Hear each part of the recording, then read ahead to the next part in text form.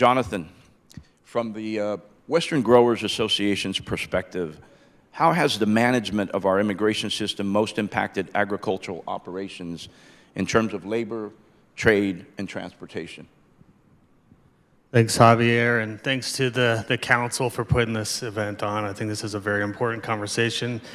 I'm from Arizona originally. I work in the Washington, D.C. office now, but it's always good to be home, even if I have to sweat a little bit being here. Not just because I'm in front of you all today, but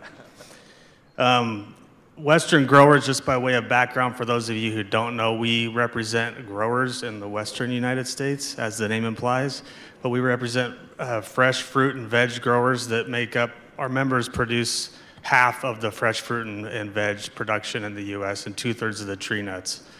If you're not aware, the fresh fruit and veg industry is very labor intensive. It's not easy work. It's very skilled work, but it's very hard work.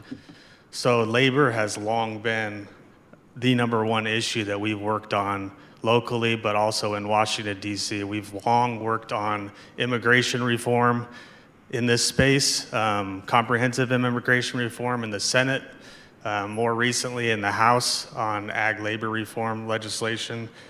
In this context, I think we kind of look at it in two different areas. Number one is, depending on how you ask, the estimates of those that are here working on farms is about 2 million plus in the U.S., and good estimates are about half of them are undocumented. So just let that sink in. The food security of this nation relies on 2 million in the workforce, half of which have undocumented status.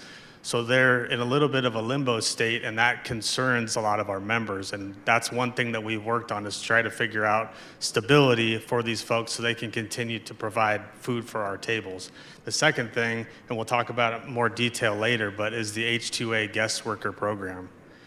It's been harder and harder to get folks to come work on the farms, domestic workers here. As you can imagine, it's not easy work. Particularly in Arizona, although a lot of it's down in Yuma in the wintertime, so it's not quite as hot as it is outside here today, but it's still not easy.